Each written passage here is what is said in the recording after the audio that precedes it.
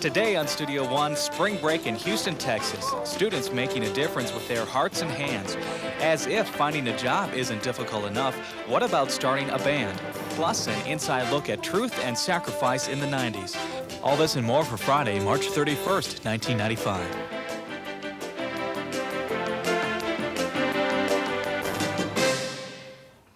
And hi everyone, welcome to Studio One today. Scott Seiler here along with Jennifer Vandergaan, Jennifer Diedrich, and Adam Braze. We're going to be talking to quite a few people today. One of them is AIDS Education Coordinator Nikki Seabloom, and she's going to be talking about caring for the individual who has AIDS. And we're also going to get a weather update. That's right, and there's a surprise in the weather in the way of colder temperatures that we'll see next week. I'll give you all the details in just a minute. Okay. All that and more coming up in the next 60 minutes. But now the top news stories and Jennifer Diedrich. Thanks, Scott. A Labor Department report is disputing charges that affirmative action has caused widespread reverse discrimination claims by whites. The study analyzed more than 3,000 federal court opinions on discrimination between 1990 and 1994. It found reverse discrimination was alleged in fewer than 100 of those cases and was actually established in only 6. Affirmative action programs are under fire from Senate Republicans and under review by the White House. A court-appointed doctor says a California woman accused of murdering one son and attempting to murder another is mentally incompetent to stand trial. Donna Jean Fleming is accused of dropping the boys off a Long Beach bridge last month. 22-month-old Craig died. 3-year-old Michael survived. Fleming also threw herself into the Los Angeles River but was rescued. Another hearing on Fleming's mental condition is slated 2 weeks from now. North Dakotans pleaded last night to members of the Federal Base Closure and Realignment Commission to leave their Air Force bases alone. The Air Force recommended to remove 150 Minuteman III missiles from Grand Forks. Minot's Air Force Base also may lose missiles. The Base Closure and Realignment Commission listened to arguments highlighting the military value of the bases. North Dakota government officials talked about great economic losses to their state and that keeping the bases intact makes sense for America. Base supporter John Marshall refused to put a dollar value on the bases. Instead, he chose to tell an emotional story of a little girl and her family who want to stay in the area. Hope that when you leave here, he wants his family to be brought up where there's a good educational system and no crime. God bless you. But most of all, God bless America. The commission will gather information at similar hearings for 52 other bases in the U.S. People with severe disabilities may soon have a new way to communicate with others. Scientists are exploring the possibilities of controlling EEG activity or brain waves to move an object. A test to move a one-dimensional object, such as a cursor on a computer, has already been successful. Scientists from the New York State Health Department are concentrating on the successful movement of a two-dimensional object. This would include a mouse for a computer. The system would allow disabled people to communicate to others by entering responses into a computer. Recent studies say American adults and children lack knowledge in geography. Schools are trying to broaden geography skills with Geography Bees. Studio One reporter Lucy Sivga takes a look at one junior high student preparing for the challenge. Denmark has one of the highest standards of living in the world. After Asia, which continent has the largest Islamic population? 8th grader Jonathan Brewer could probably tell you that answer and others easily.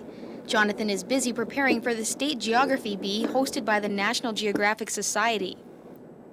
I've just always been interested in where things are, so it just kind of came naturally.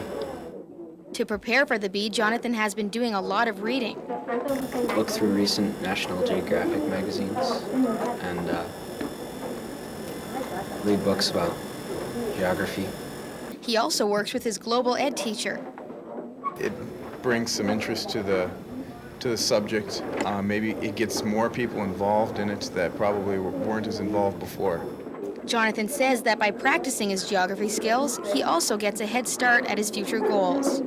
One of the things I was planning on doing was going to work designing earthquake-safe buildings, knowing areas that are prone to earthquakes in order to in my business. Jonathan's prep time before the bee is running out, but he isn't worried. He is one of 6 Grand Forks students going to the state championship in Minot. More than 100 students will take part. Jonathan's professors are seeing other students get excited about geography as well. More students are wanting to spend time learning geography than they used to. For Studio One News, I'm Lucy Sivka.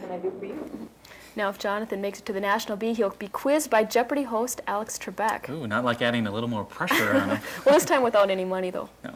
Well, there's pressure on Adam to give us a good weather forecast. Adam, what have you got? Well, thank you, Jennifer. Unfortunately, I'm sorry I can't deliver an excellent forecast, especially if you're looking for those warmer temperatures, because it looks like we're going to see some more of that cold Canadian air. Something we've seen most of the winter is going to spill down here again next week, so summer is going to have to be postponed at least another week. But to start off today, it isn't too bad out there. We have cloudy skies with a temperature of 28 degrees. Winds are from the south-southwest at 10 miles per hour, and the barometric pressure is falling. On the regional conditions, what we do find is temperatures are generally in the 20s throughout much of the region. It's currently 28 in Winnipeg, 28 also in Minot, 20 in Pierre, and 26 in Sioux Falls. On the national radar, what we do find is the main area of precipitation centered in the southeastern United States. Much of this is in the form of heavy rains with a few embedded heavy thunderstorms. They've had severe problems all week with flooding. As much as 5 to 6 inches of rain has fallen across the area, and it looks as though they have a train echo developing. What that means is this storm system will basically move back here and follow through the same area again. Major flooding problems. At least they don't have to contend with severe weather like they did last week. But as you can see on today's weather forecast map, the low pressure system will plague the area again. Otherwise, much of the country will see bright, sunshiny skies. And tomorrow, a repeat of today, basically the same. The low pressure down here, bright skies throughout much of the United States. There is a chance for showers up in the northwestern United States, however. Today's forecast highs, well, it looks like we'll be in the icebox again. Temperatures only in the 30s throughout much of the region, 60s to the south, but generally it's quite cool across much of the nation. That can be witnessed with tonight's lows, as they will be dipping down into the teens across much of our region, 20s and 30s out to the west. The forecast for today does call for cloudy skies. There is a chance for a stray snowflake here and there, but it does look like we will see temperatures from 35 to 40 degrees, winds from the southwest at 5 to 15 miles per hour. Tonight, it will be clearing out a little bit. We'll see partly cloudy skies with a low from 20 to 25, winds from the northwest at 5 to 15 miles per hour. The extended outlook, well, it gives us a warning. Watch out for falling temperatures. Monday looks like it'll really be cooling down with temperatures only in the 30s. Well, thanks, Adam. Well, we've got a bad spell coming up in the weather, and we've also got the baseball strike continuing on and on and on. It is definitely decision time this weekend for one way or the other with the baseball people. They certainly are going to have to move in one direction or the other, that is for sure. Well, there is a movement in the baseball strike. A Friday hearing in U.S. District Court is scheduled on an injunction that would force owners to return to the previous economic system. Saturday is the deadline for teams to set replacement player rosters. Meanwhile, Donald Fehr met with Acting Commissioner Bud Selig and the two league presidents Thursday night, the players making a counter-proposal to management. Afterwards, Fehr said the two sides are close to agreements on issues such as benefit plans, salary arbitration, and free agency. The owners say they'll get back to the union on Friday. I think that we're at the stage where it ought to be generally conceded that we are making some progress. I can't tell you that I'm optimistic or pessimistic. I'm out of the prediction business after all this length of time. On to the NBA, the red-hot Mavs made a franchise record 6 straight wins on the road. Dallas beat the Hornets at the Hive 125-107. In the NHL, the Devils move above the 500 mark for the first time this year with a big 4-3 win over the Flyers in Philadelphia. And those are the national highlights. Now look at the overnight scores.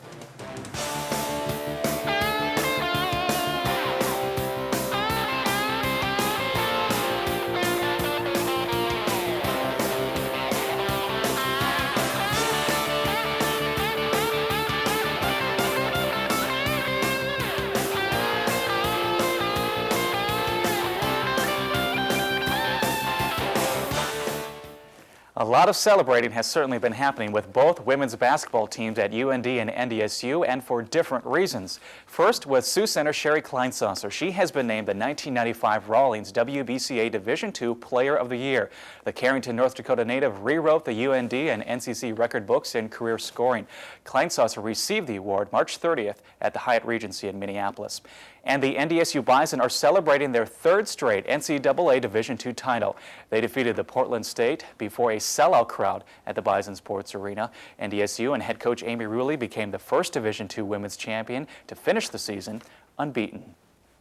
And while the summer usually means the beginning of the racing season, but some enthusiasts are starting the season earlier. Studio One sports reporter Josh Anderson takes us to the track.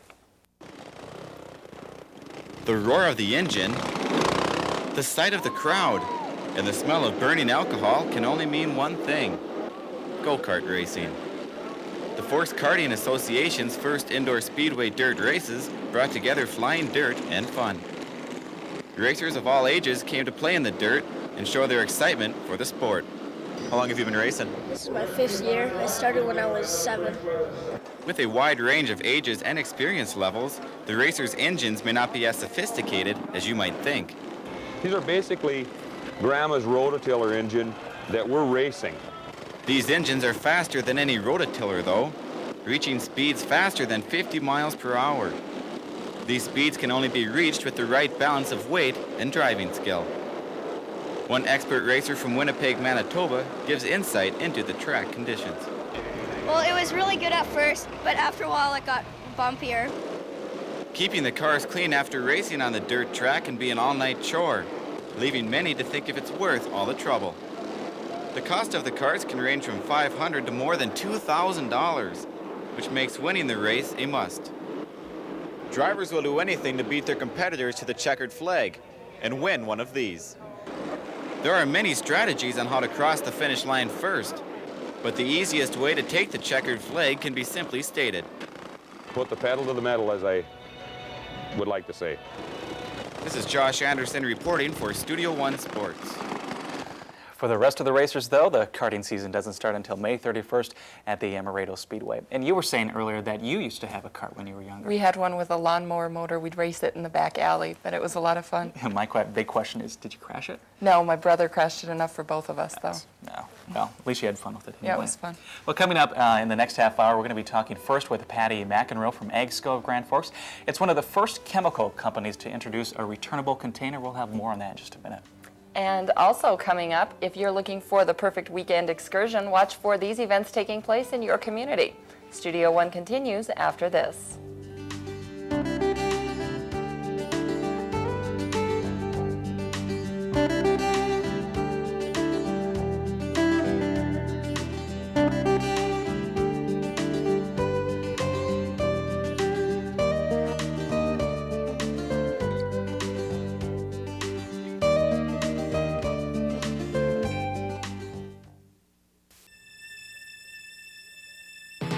Insurance. Unfortunately, it costs. Fortunately, it pays. Voller Insurance. Grand Forks, Devil's Lake, Bismarck. Banking is easy when you have options, like the options you get at Community National Bank. Like their friendly tellers. Can I have this traded in for nickels? Sure, Bill. And I love going to customer service. Tootsie Roll, Bill. Yes, thank you. That's customer service. Check cash card convenience when you need it the most. And those drive-ups, always one of my favorite options. And these 24-hour ATMs conveniently located all over town. Aren't they the best? Meet me at Columbia. Meet me at Columbia Mall. There's always something happening where laughter overflows. People meeting people, an exciting place to go. Something's there for everyone, and you can see it all. You're free to choose a million things, so meet me at the mall. Meet me at Columbia Mall. And pick your insurance company? As your agent and broker, that's our exact job. We think we do it well, and have been since 1947. Voller Insurance. Grand Forks, Devil's Lake, Bismarck. Being in the ag chemical business for 60 years has not been easy, but years of innovation are paying off for one business. Patti McEnroe from AGSCO is here to talk about some new and innovating ideas that has made this company a leader in ag chemical safety in this region. Patti, thanks for joining us today. Thank you. Now, explain to people what exactly AGSCO is and the Ag Depot. Well, AGSCO has been in the chemical formulating business. We actually started out with steel buildings and evolved into many other areas before we came into the chemical business. Right now, we're finishing construction on our Ag Depot, which is 3 miles south of Grand Forks. The Ag Depot is actually a storage and distribution facility. It consists of bulk storage and repackaging, filling, distribution, as well as some commercial and package storage. Who are these facilities. chemicals intended for?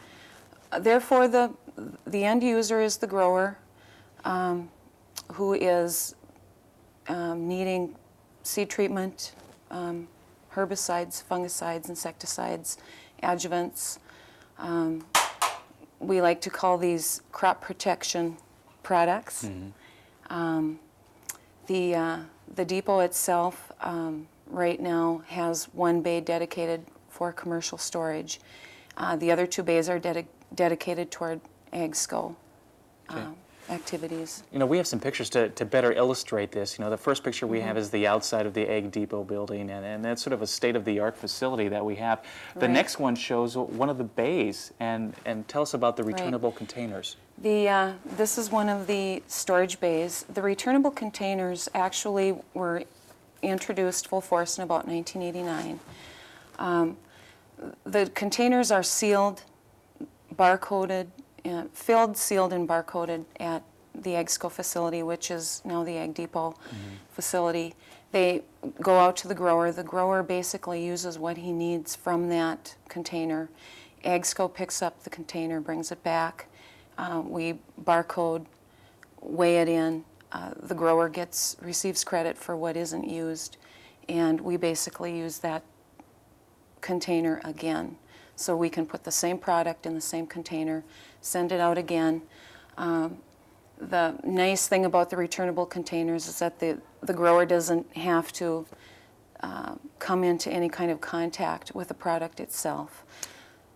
And that's sort of a main feature. The next picture we'll show is, you know, before farmers and ranchers, they got really a lot of physical contact with them, and now they have no contact with them at all. Right. Even the person that you saw filling, he was filling from a bulk container into a 15-gallon stainless steel. Even the process of filling is a sealed process. It's all closed. The person filling doesn't have any contact either. The picture that was just there showed the coupler. We call that a macro coupler. That is basically what is coupled onto the tank in order to extract the product from the tank. Once again, there is no pouring, no mixing. We have approximated about 1 million plastic jugs that have been eliminated from the marketplace since the AGSCO air systems and out and back returnable containers were introduced. So not only recycling is a big concern, but also another part of the facility is the state-of-the-art technology involved with it, the safetiness of the building. Right. Tell us about what exactly happens there. Well, the building has the most state-of-the-art features that you can find in a building of its kind. The CO2 system, of course, is the most talked about, and that replaces a standard sprinkler system. Basically, what would happen is if the sensors detected a problem, the building would seal itself, and the CO2 would actually be distributed within the interior of the building. That would smother a potential fire, before it ever got a chance to burn. So that is a pretty spectacular feature right there. Yeah. Other than that, we've got extensive interior and exterior diking, security, automatic air exchange every 20 minutes, 100% air exchange throughout the whole building, noxious odor, hazardous vapor odor detectors throughout the building that will activate the air exchange instantly. So the safety of not only the end user, the grower, but also the people that actually work at the depot has been taken into consideration, not to mention the environmental benefits. A lot of people look upon you as an example. One thing we want to touch on before we go quickly is that tours are also available. It's not, standoffish. You want people to see it. Right. Guided tours are available. All you need to do is call AGSCO and somebody can set you up. And an open house is scheduled for, right now we think about the beginning of August. Well, great. So that'll be open to the general public and anybody else who's interested. Super. Patty, thanks for joining us today. Thank We you. appreciate it. Just ahead on Studio One, the group As If, a popular Grand Forks band that is trying hard to make it big in the music scene. But first, making a difference in Houston, Texas with Habitat for Humanity, building homes for those who need them the most. Another example of people helping people. 24 hours a day, Grand Forks Flight Support is here for you.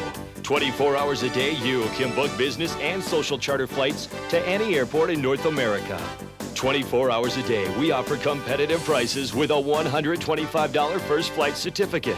Grand Forks Flight Support offers a large selection of top-of-the-line aircrafts. For an appointment or more information on flight instruction, call Grand Forks Flight Support at 772-5504. I was looking for a car for 3 months, and the folks at Honda Nissan knew I did TV commercials. And so they asked me for suggestions, and all I could tell them was how great I was treated at Honda Nissan. And the next thing you know, here I am. When I went to Honda Nissan, I was treated with such respect. And I really couldn't believe the quality and selection that I found there. People always tell me that you get what you pay for. But at Honda Nissan, you really do get what you pay for. Newman Outdoor Advertising, a sight for more eyes. Outdoor advertising, it's bigger than life. It gives you flexibility. Use it as a constant reminder. Use it to advertise your message or product. Outdoor advertising, it's big, it's bold. Get your message across. Outdoor advertising, it works.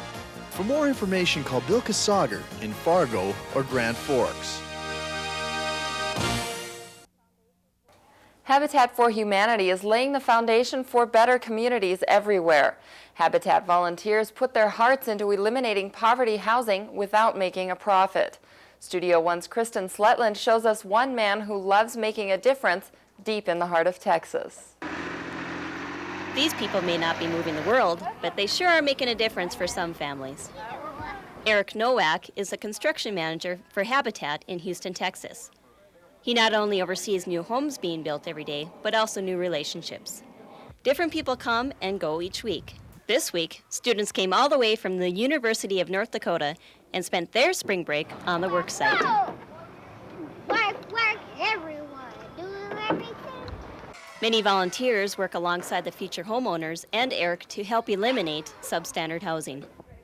He admits with all the work that needs to be done, it's too big of a job for just one supervisor. So retired carpenters give him a helping hand. We have a group that comes out on Tuesdays and Thursdays, and it ranges anywhere from 10 to 12 people, maybe a little more on some days. And they are semi-skilled, and they just like coming out here and enjoying it. Eric says the hardest part of his job is trying to keep everyone busy because many come to the Habitat site with little experience. It's kind of hard for me to be able to show everybody what to do, so I try to pair them up with someone that is capable of showing them what to do. Houston Habitat's goal is to build 24 homes a year, but Eric says that number may increase in the future. We're hoping to get Jimmy Carter to come in '97 to build with us. We were hoping to get him this year, but LA got him, and if we would have got him this year, we were planning on building 25 houses or 20 houses in 6 days from the slab up. Watching the stages of a house being built from the ground up motivates Eric to help provide a family with greater opportunities in life. One of the most rewarding things of my job would be to see someone that couldn't really qualify to get a house, get their first house, and see the excitement on their faces and their kids' faces that they're finally going to get a house and it's to be theirs.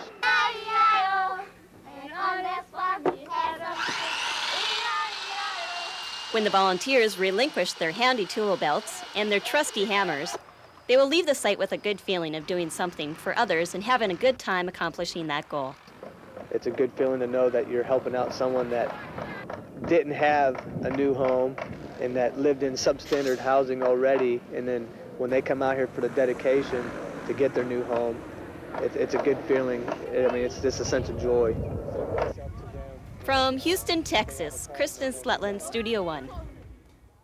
Habitat for Humanity has built more than 30,000 homes in the United States and overseas. If you would like to get involved locally, Grand Forks will start building its 6th Habitat home in May. We're back in a moment on Studio One and the new sounds of the group As If.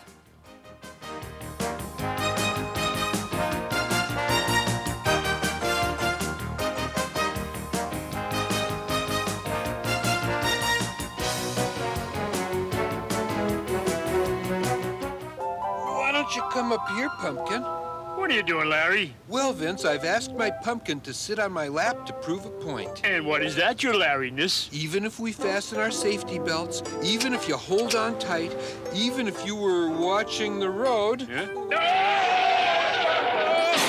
a crash, your pumpkin will be nothing but a squash. You could learn a lot from a dummy. Use child safety seats. We love that little pumpkin to pieces.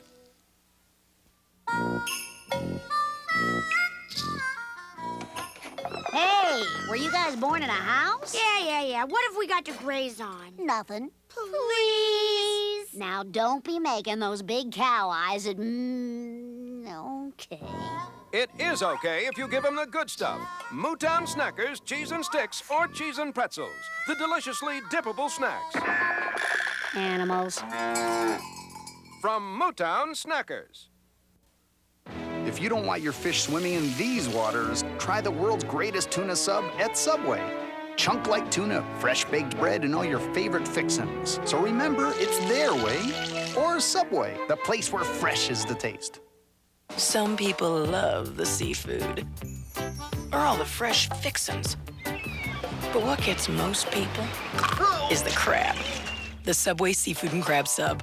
Subway, the place where fresh is the taste. There are many musically talented people who dream of being part of a band, making that first CD, or getting that call from the record company. Studio One's Jenna Davis stumbled across a Grand Forks band who decided to get its own jump start in the recording business. For years now, you've been saying, I'd love to start my own band, but you just don't think you can, or you don't really know how. Well, meet As If, an alternative rock band that overcame those fears and has found their niche playing in some of Grand Forks' hottest bars and coffee shops.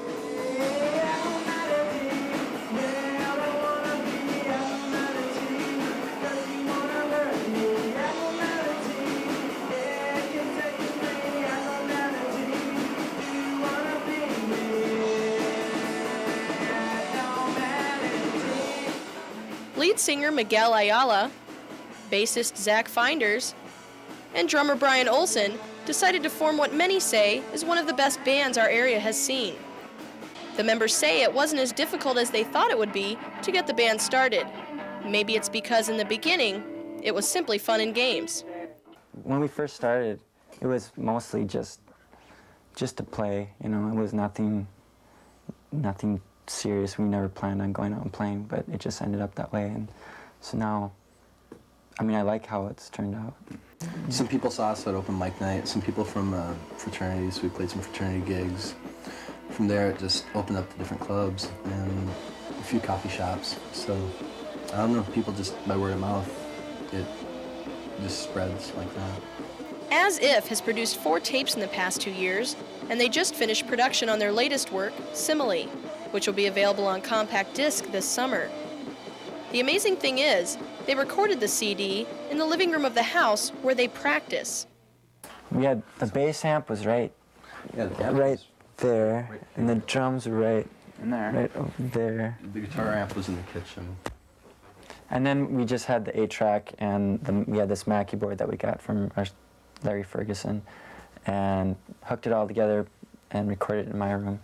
But the first thing is to get something that you can record on, either a 4-track or an 8-track. And then after that, you just have, you need the mics. You need the instruments, and then just hook it all up, write some songs, and then record them. And then from there, you have to mix it down, and then you have to send it out of town.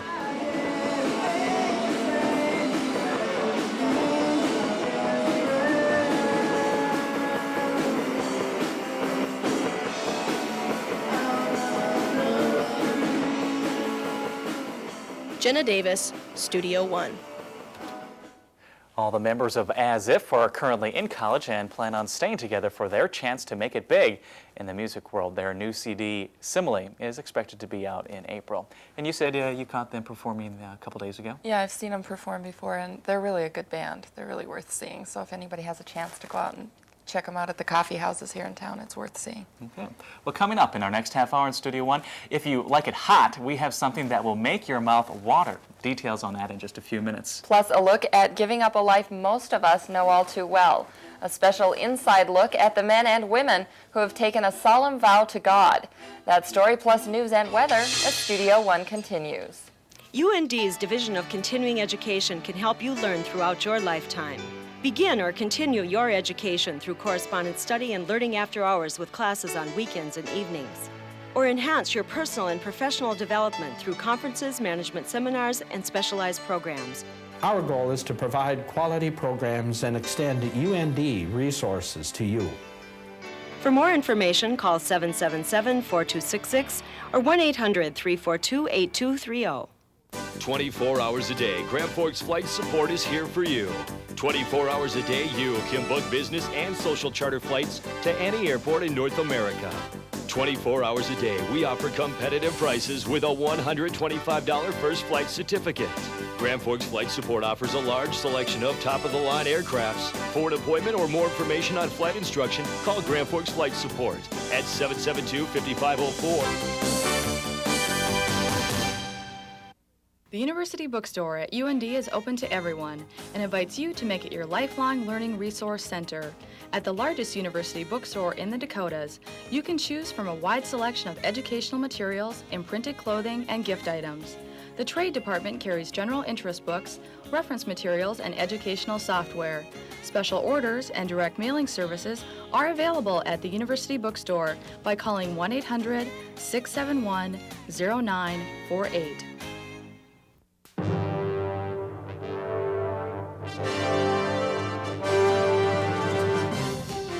And welcome back to Studio One. One of the major news stories that we're working on is a fiery plane crash in Romania, and we'll have the details on that in just a minute. And we'll also have an update on the weather. That's right, and we can expect some colder temperatures, especially as we move into next week. Sorry, it just isn't good news, but I'll tell you all about it anyway in just a few minutes. Okay, thanks, Adam. On the way, this final half hour, Studio One, Cyndi Stauss will show us how she is spicing up America with her Dakota-style homemade jalapeno relish. We'll also check in on Nikki Seabloom and how to care for someone who is HIV positive. But before we get to those topics, we turn to Jennifer Diedrich and the news. Thanks, Scott. No survivors is the word from Romania after the fiery plane crash in Bucharest. At least 59 people are believed killed when a Romanian plane crashed and burned in a sleet storm. It reportedly happened shortly after takeoff from an airport in Bucharest. The plane crashed in a field close to a small village. Local radio says a witness reportedly seen an explosion on the board of the plane before it hit the ground. The cause of the crash is unknown. Gay rights advocates say they've won the battle, but not the war. A federal judge Thursday declared that Pentagon's don't ask, don't tell policy on the gays in the military unconstitutional after 6 men and women filed suit. He also barred the Pentagon from firing them. Their supporters are celebrating what they hope will lead to the change in the government policy to homosexuals. The government plans to appeal the judge's ruling. Rising satellite costs are hurting higher education. Satellite time has more than doubled in the past year, forcing some colleges and universities to pull the plugs on classes.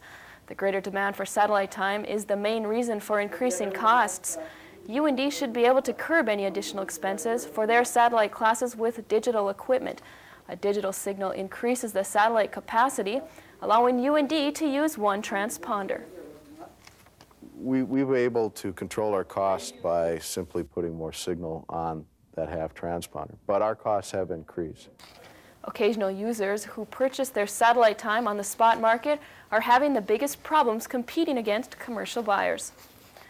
Computers of the future may soon be plugged into plants. Scientists are developing computers that will operate partially on bacteria. The computers would be powered with a combination of semiconductor chips and biological molecules. The bacterial protein called bacterial rhodopsin responds to light by changing its structure. This allows data to be stored in a three-dimensional format in a protein cube. A hybrid computer could also be designed as a neural associative computer capable of analyzing data and images. The rapid growth of mass communication programs is a concern for many. The nation's largest journalism organization is beginning to study communication programs in the United States. Studio One's Bob Dunlop reports. The Society of Professional Journalists have formed a task force to investigate the role universities play in training broadcast students. NBC News anchor Jane Pauley is serving as the honorary chair of the task force, made up of television news professionals and educators. There is no one best way to prepare for a career in journalism, and therefore the goal of our project is not to find one. The goal of the SPJ task force is to collect and review the research and make recommendations for educators and the industry. I think that communication education needs examination, but I'm hoping that this task force will not have an intrusive role in having the industry tell universities how to educate students. That's not appropriate. Industry and universities both agree there needs to be a balance by offering students a broad-based education and skills training. University officials believe by focusing on a broad-based educational program, graduates will have the knowledge to become communication leaders of the future. It isn't enough to teach people for an entry-level job, because then what happens after 5 years? Who are you going to be? What are you going to do? Broadcast professionals say that graduates looking to enter the industry need the basic technical skills to set them apart. They expect new hires to arrive knowing the fundamentals of news gathering and to possess the technical skills to edit and report it. If you want to get a first job in television, you're going to have to know how to run the camera, you're going to have to know how to edit, and you're going to have to know how to put together a basic news story. Broadcast professionals and educators are urging students to seek a balance in the educational opportunities at universities. But while there is a difference of opinion on how to achieve that balance, some say students need to understand the role education will play in the future of broadcasting. Bob Dunlop, Studio One News. The results of the task force will be released next year.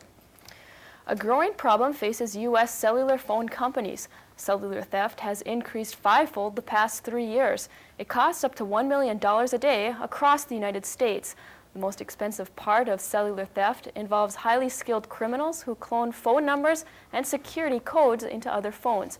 Other forms of cellular theft include unpaid phone bills or the cellular phone itself actually being stolen. Cellular phone owners should contact their dealer immediately after noticing inaccurate charges on a phone bill. The dealer will notify a computer database and the cellular phone will be instantly disconnected. There is usually no charge for the phone owner for this service. Almost 10% of the cellular phone industry revenue is lost to cellular phone theft. Now, a lot of that theft is watched by an association at CTIA, and they put out a lot of information about the cellular phones. Well, I'm sure as more and more cellular phones get out there, they'll curb ways of the theft of them. And Adam, what are we looking at for weather coming up in the next little while? Well, it doesn't look good. As a matter of fact, you may want to use one of those cellular phones to call up Mother Nature and say, hey, give us some warm weather, because we just haven't seen it here. Currently, it's cloudy with a temperature of 28 degrees, winds from the south-southwest at 10 miles per hour, and the barometric pressure is falling. Today's forecast, well, it will be cloudy throughout the day. Don't be surprised if you do see a couple stray snowflakes wandering around here and there. A high between 35 and 40, wind from the southwest at 5 to 15 miles per hour. Tonight, we'll lose a few of the clouds. It'll turn partly cloudy with a low of 20 to 25, winds from the northwest at 5 to 15 miles per hour. There it is, the extended outlook. Watch out for those falling temperatures because they'll be dropping like a rock, especially as we get into Tuesday and Wednesday. We may see temperatures for highs in the 20s. It's April here. Come on. But does that mean snow? I mean, that's going to get colder. We're going to see more snow? I don't think that we're going to see the moisture, therefore we won't have the snow. So my best guess is no snow. Good. Well, I like hearing that. That's for sure. Many of us might describe the modern world as a race to get ahead. But not everyone chooses to live like this. Christian monasteries are offering the chance to get away from it all. Studio One's Cody Schmick looks at the people who have given up the material race in search of the spirit.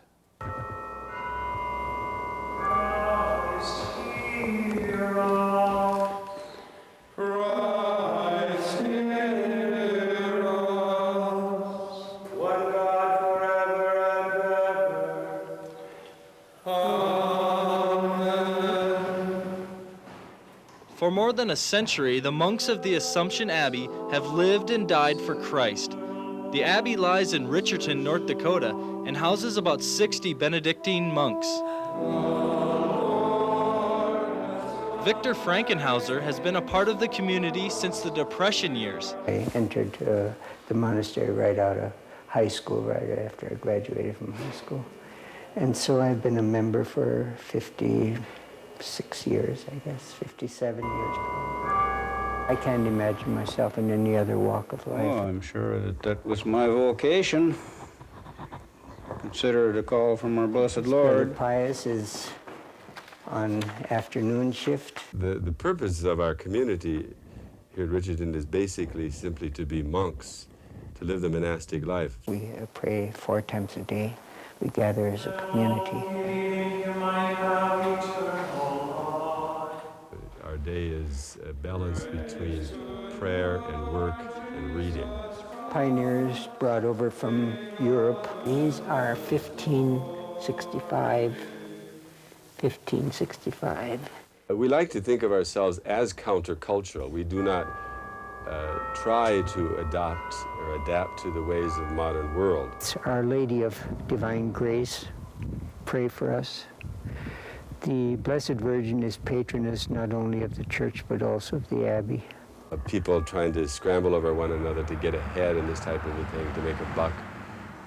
We don't buy that. Among other things, the daily lives of the monks includes farming, printing, and education. This is the wine cellar. Just put there for display mainly. This is the wine tasting room. One of the few of its kind in the state, I think. Majority of the wine that we sell is sacramental or altar wine. We have a whole line of table wines, fairly good table wines, I might say. The Lord be with you. And also with you. Saint Benedict founded the first Benedictine monastery over 1,500 years ago. Monasteries are changing with the times.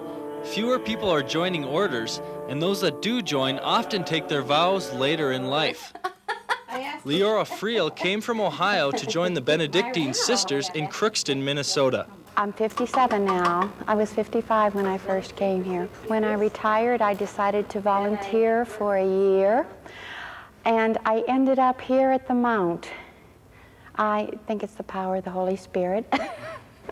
It was rather fun to just give away the car and the house. Well, they're not giveaway, but to release myself from all of those material things was very freeing. I've been in the kitchen in a year. They are coming at an older age, and they come with a spirituality that most of us didn't have when we came. We came as 16-year-olds.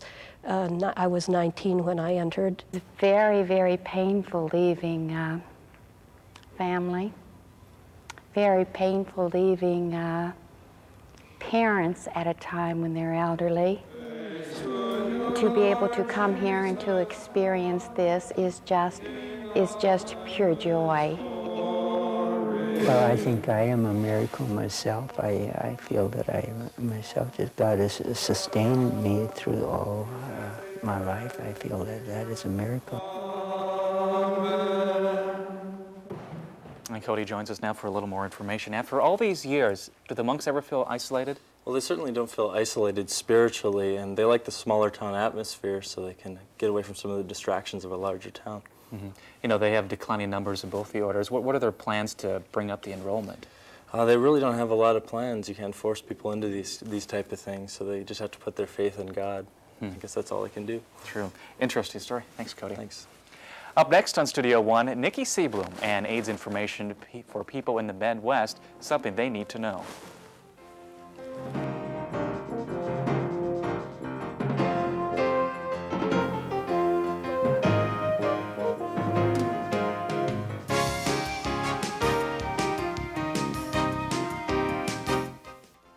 Banking is easy when you have options, like the options you get at Community National Bank. Like their friendly tellers. Can I have this traded in for nickels? Sure, Bill. And I love going to customer service. Tootsie Roll, Bill. Yes, thank you. That's customer service. Check cash card convenience when you need it the most. And those drive-ups, always one of my favorite options. And these 24-hour ATMs conveniently located all over town. Aren't they the best? Meet me at Columbia. Meet me at Columbia Mall. There's always something happening where laughter overflows. People meeting people, an exciting place to go. Something's there for everyone, and you can see it all. You're free to choose a million things, so meet me at the mall. Meet me at Columbia Mall. I was looking for a car for 3 months, and the folks at Honda Nissan knew I did TV commercials. And so they asked me for suggestions, and all I could tell them was how great I was treated at Honda Nissan. And the next thing you know, here I am. When I went to Honda Nissan, I was treated with such respect. And I really couldn't believe the quality and selection that I found there. People always tell me that you get what you pay for. But at Honda Nissan, you really do get what you pay for.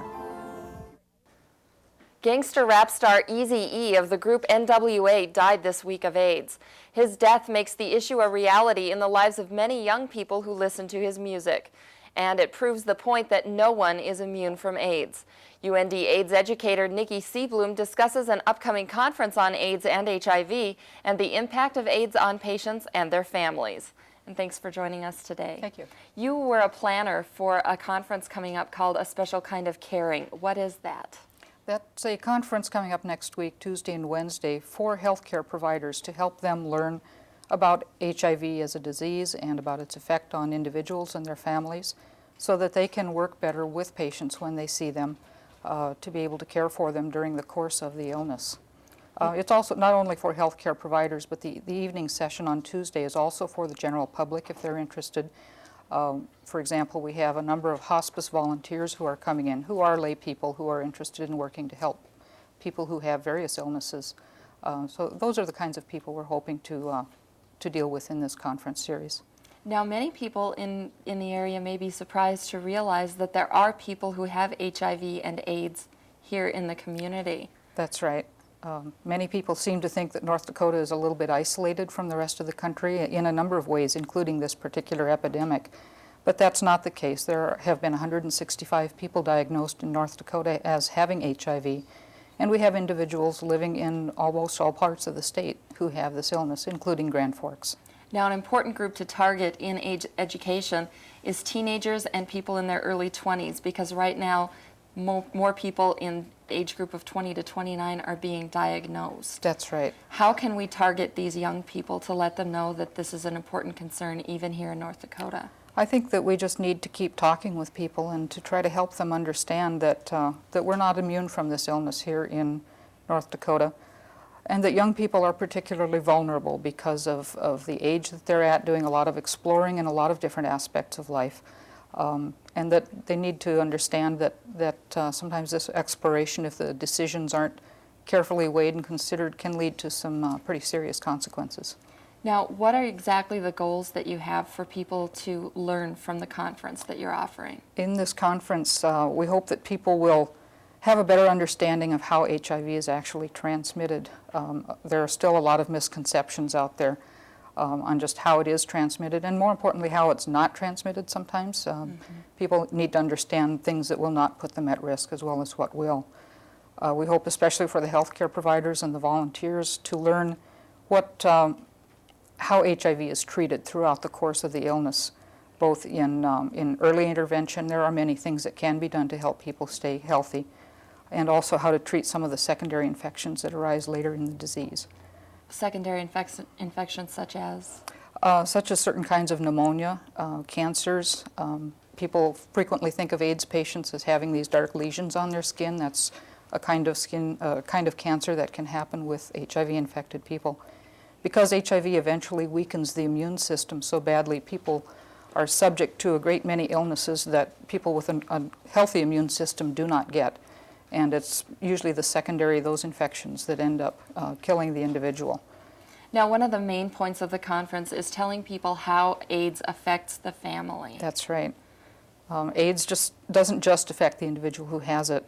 It affects their family very much, both in terms of care and a lot of the psychological and social implications of the disease. There's still a great deal of stigma attached to having this illness, and the family has to deal with that as well as the individual. Such questions as, who do we tell? Who needs to know about this? What will happen if I do tell? Will we still be accepted in our community? And healthcare providers and lay people as well need to understand that these kinds of things are going on with the patient and with their family in their life. Well, thank you very much for joining us. You're very welcome. Cyndi Stauss will join Scott and myself next for a hot treat if you love jalapeno peppers.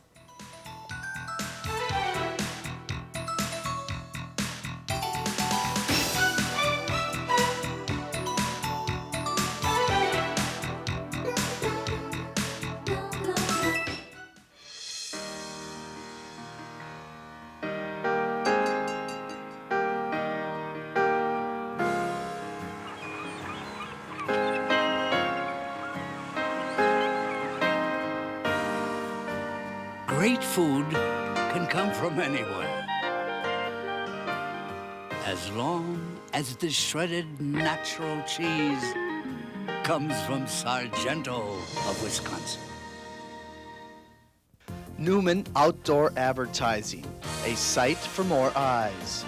Outdoor advertising, it's bigger than life. It gives you flexibility. Use it as a constant reminder. Use it to advertise your message or product. Outdoor advertising, it's big, it's bold. Get your message across. Outdoor advertising, it works. For more information, call Bill Kasager in Fargo or Grand Forks. The University Bookstore at UND is open to everyone and invites you to make it your lifelong learning resource center. At the largest university bookstore in the Dakotas, you can choose from a wide selection of educational materials, imprinted clothing, and gift items. The trade department carries general interest books, reference materials, and educational software. Special orders and direct mailing services are available at the University Bookstore by calling 1-800-671-0948. If you're looking for a new way to spice up your life, we may have just the answer for you. We're talking about the spicy food that you eat. Cyndi Stauss has her own line of food called Jalapeno Relish Dakota Style, and she's going to share some of it with us today. Thanks for joining us. Thank you. What exactly do we have in front of us here today? Well, I've got like 4 of my different relishes that I make. I've got the onion jalapeno, the red pepper jalapeno, the corn jalapeno, and then just the regular jalapeno. And all of these are quite mild, except for the jalapeno. That's like considered a medium sweet hot. So. And you've been the talk of the studio because I've been asking people, is it going to be hot or is it going to be mild? And they reassured me it's going to be mild. So we're going to be tasting these just in a couple minutes. But how did you all get started as far as your product? I love to do canning, and I'm kind of like the domestic dinosaur, I suppose. And I love to do a lot of different canning, and we had tried different chili. I call it chili, but the jalapeno chili recipes, and we liked them, and I just think it's a new taste for North Dakota. Now you're marketing these all over the country. How exactly did you get started in all of that? I got a great boost from the Pride of Dakota with the North Dakota Ag. Mm-hmm. I mean, they've helped a lot of different companies, so I think we're really fortunate in the state to have that. Excellent. Well, I'm eager to taste some of this. The first one right here is what? Well, now these two are dips made from the straight jalapeno, which is the hotter one. So even if you're not into hot, you can utilize it different ways. I've got the recipe, excuse me. Mm-hmm. And these are 2 different recipes. This is the Red River Mud Dip. Okay. And I've named it because it's black beans, and it kind of reminds me of the mud from the valley, which is, no one else in the whole world has this rich black mud, so I just kind of expounded on that. And this is just a chili con queso. It's good, and it's mild. Yeah, when you put it in other foods, it dilutes the heat. Or you can eat it straight on a chip, too. It's wonderful. It's almost like a salsa. What exactly goes into the dips and relishes that you have here? Well, the 2 dips, like I said, I've got the recipes on the back. It's just like basically processed cheese with my relish and your favorite salsa. This is a can of refried beans with my relish, the jalapeno relish, and again salsa. So it's everything you have at home, and they're wonderful. They're wonderful dips. And as far as the relishes, what would you put that on? Oh, relishes. Normally you eat them like on a side on your plate with meats. And I think it's something from the past that our grandparents would have. But I think it's wonderful. It brightens up a plate, especially up in the Midwest where we have a lot of meat and potatoes, and then I think the plates can look kind of duller. At my house they do anyway. Now, did you design all the packaging for these? There's such bright colors on the labels. Is Yeah. that all you? Yeah, I did. I kind of wanted something symbolic of North Dakota. And even though this probably has the Southwest theme, I tried not to make it Southwest because I'm really proud of living in the Valley and North Dakota. And I just think we need to, I don't know, say that, hey, we're in North Dakota. And I think the labeling shows that it's a little rustic, a little natural. It's Dakota. And one thing you're trying to do is really a good marketing plan. You're going to possibility of being on the QVC, the Home Shopping Channel, to try and sell one of these. Yeah, the gift pack I'm going to present. I mean, whether I make it or not. I mean, there's a lot of companies, and it's kind of neat that North Dakota, every state is going to have the chance to have any of their products be on QVC. So, who knows? And how hard was it for you to get started doing all of this? Did you just jump in? No, I researched it for probably a year and a half. It was extensive, and I kind of came up with a whole theme as far as the Red River Valley. I didn't want to go on the Western theme. Even though I'm sticking my neck out with the Valley thing, I just think it's kind of neat. I think we're really proud of where we live. So Definitely. Well, it looks very good and even tastes very good. Great. It is mild, and you're going to have a hotter one coming out in just in a few months or so. Yeah, the Grand Forks Herald is having a food show at the end of April. I think it's April 22nd. Don't quote me, but. And I'm going to have my new relish. I'm just going to debut it. I'm going to call it the Relish because it's so hot. This is considered a medium hot, and the one I'm going to be coming out with is like a heat scale of a 10. So anybody that doesn't think this is hot, they'll like the really hot. Great. Well, we wish you the very best, and thanks. This is a great taste testing for us. I appreciate it. Cyndi Stauss. Thanks. You're watching Studio One, and we'll be back right after this.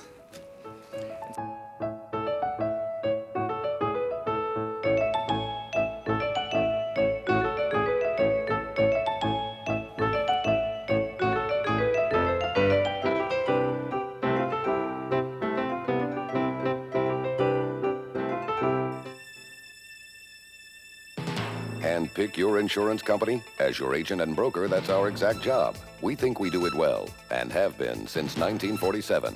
Voller Insurance, Grand Forks, Devils Lake, Bismarck. UND's Division of Continuing Education can help you learn throughout your lifetime. Begin or continue your education through correspondence study and learning after hours with classes on weekends and evenings. Or enhance your personal and professional development through conferences, management seminars, and specialized programs. Our goal is to provide quality programs and extend UND resources to you. For more information, call 777-4266 or 1-800-342-8230. If you don't want your fish swimming in these waters, try the world's greatest tuna sub at Subway. Chunk-like tuna, fresh baked bread, and all your favorite fixins. So remember, it's their way or Subway, the place where fresh is the taste. Some people love the seafood, or all the fresh fixins. But what gets most people is the crab. The Subway Seafood and Crab Sub. Subway, the place where fresh is the taste.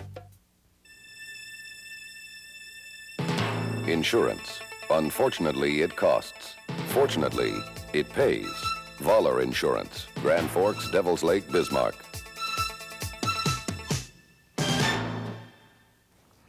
And that's Studio One today. Thanks so much for joining us. We had a great time, especially I got a snack in, so that's a positive point. Breakfast. We're going to leave you with pictures from the music group As If and from all of us here at Studio One. Thanks for joining us. We'll see you next week.